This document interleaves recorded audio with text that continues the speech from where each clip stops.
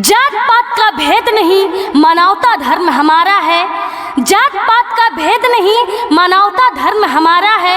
शिक्षित संपन्न हो गांव हमारा, यही हमारा नारा है, यही हमारा नारा है।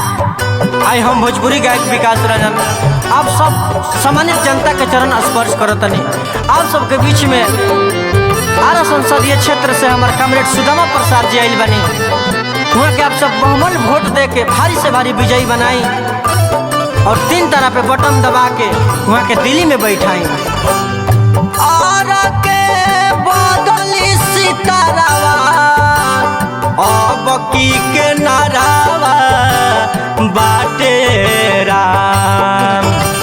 सुदामा पार्षद के जीत के हारावा, सुदामा पार्षद के जीत के हारावा, पहनावे के गारावा बाटे राम। देखी 3 तारा छपनी सानवा, दाबे के बटा मावा बाटे राम। कॉमरेड सुदामा प्रसाद जिंदाबाद, आरा संसदीय क्षेत्र के सम्मानित जनता जिंदाबाद, दीपांकर भट्टाचार्य जिंदाबाद, लालू राबड़े जिंदाबाद, मुकेश साहनी जिंदाबाद, तेज तेजस्वी जिंदाबाद, 3 तारा जिंदाबाद, सोनिया राहुल जिंदाबाद, 3 तारा जिंदाबाद, इंडिया गठबंधन जिंदाबाद। मजदूर किसान के सतैले चौकीदारवा, महागठबंधन के बनाई सारा करावा।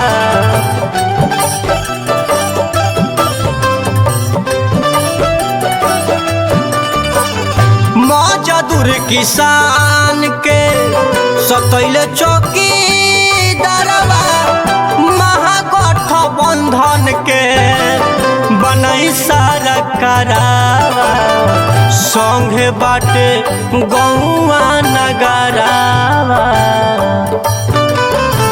संगे बाटे गौआ नगरावा, विरोधी के न डरावा बाटे राम।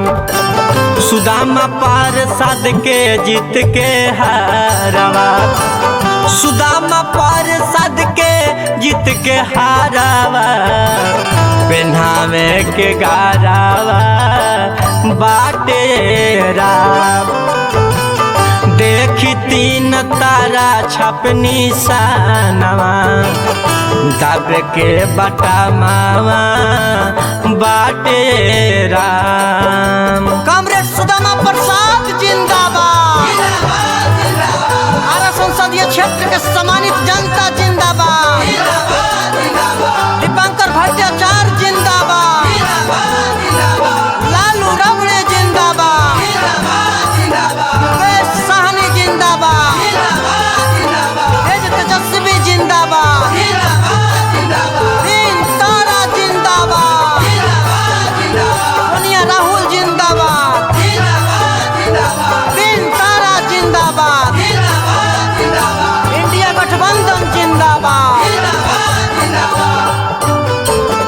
छात्र नौजवान सभे दुखिया गरीब के सभका के पूरा करिहे भगिया नसीब के।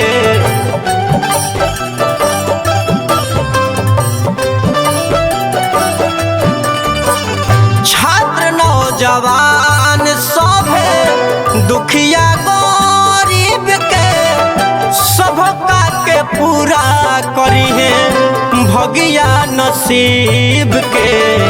गावेले विकास रंजन गानवा, गावेले विकास रंजन गानवा, पेढ़ा प मकानावा बाटे राम। सुदामा पार्षद सद के जीत के हारवा, सुदामा पर सद के जीत के हारवा, पहनावे के गारावा बाटे राम। 3 नंबर 3 तारा छपनी सानवा, तब के बटा मावा बाटे राम। न दल के दलदल में फंसे न जाति के जंजाल में, और अपना प्रत्याशी वैसा ही चुने जो साथ दे आपको हर हाल में।